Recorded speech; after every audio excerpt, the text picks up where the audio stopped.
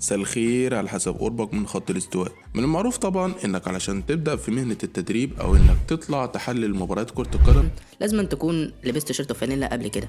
ودي مش وصفة سحرية ولا حاجة، ولكن ده اغلب اللي منتشر في كل بلدان العالم. ولكن خليني اقول لك ان في مدربين حققوا انجازات كبيرة جدا، منها دوري الابطال ومنها كاس العالم، وهم ما لعبوش كورة قبل كده. ومورينيو مش منهم لانه لعب 7 سنين كخط وسط.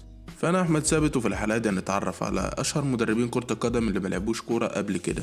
ما تنساش لو الفيديو عجبك تعمل لايك وسبسكرايب للقناه وتفعل جرس التنبيهات عشان دايما يوصلك كل جديد. ويلا بينا نبدا. ربنا مسرني ربنا مسرني ربنا مسرني. هي دي كوره. اليوم سلطة اليوم.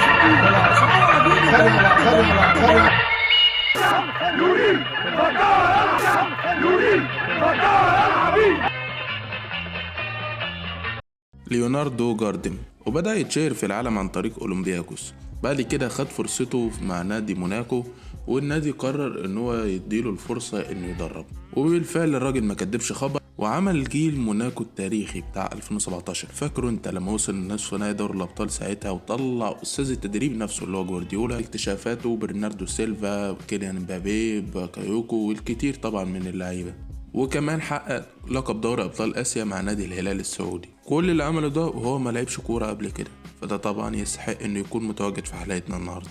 يوليان ناجلزمان طبعا ده من اشهر المدربين الموجودين على الساحه حاليا، ومن اهم الكوادر الشابه اللي ظهرت في كره القدم الالمانيه من سنين، لانه في خلال الثلاثينات من عمره وصل انه يدرب بايرن ميونخ ومنتخب المانيا. ومشهور ناجلزمان باستخدامه التكنولوجيا كتير قوي. لكن حد ممكن يقول لي ان هو لعب كوره مع فريق الناشئين، ولكن حابب اقول لك انه ما صعدش الفريق الاول، وعلشان كده ما يعتبرش انه لاعب كره قدم محترف. موريزيو ساري، الموظف في احد البنوك اللي ساب المهنة دي واتجه للتدريب علشان يتمكن منه شغف كرة القدم، واشتغل سنوات طويلة مع كتير من الأندية المغمورة من بداية التسعينات في القرن اللي فات. وبدأ ساري بأنه يظهر على الساحة بعد ما قاد إمبولي للصعود من دوري الدرجة الثانية لدوري الدرجة الأولى، قبل ما يبدأ رحلة الشهرة والنجاح مع نابولي اللي استمر معاهم 3 سنوات ما بين 2015 ل 2018. صحيح ما حققش فيها بطولات، ولكنه أعاد البارتينوبي للمنافسة على الألقاب، وعلشان بعد كده يروح يدرب تشيلسي ويوفنتوس.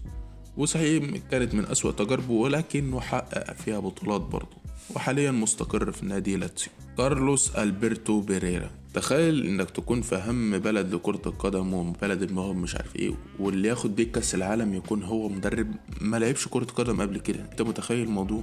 والمعروف طبعا انه درب منتخبات الكويت والسعودية والامارات سنين كتير في التسعينات وكده. وكان كارلوس ألبرتو بيريرا هو اول مدرب يفوز بكاس اسيا المنتخبات مع دولتين مختلفتين، الكويت سنة 80 والسعودية 88. ولكن الانجاز الاكبر ليه هو الفوز بكاس العالم سنة 94 مع منتخب البرازيل. وعلشان يكون نهائي النسخة ال15 من كاس العالم بيشهد وجود 2 من المدربين ما لعبوش كورة قبل كده، واللي هم كارلوس ألبرتو بيريرا والمدرب الأخير اللي معانا النهاردة، المدرب اللي ما لعبش كورة قبل كده، أريجو ساكي، أحد قادة ثورة التغيير في إيطاليا، واللي كان ليه إسهامات وبصمات تكتيكية مع الفرق، وتسبب في أحداث ثورة في طرق اللعب خلال فترة الثمانينات والتسعينات من القرن الماضي.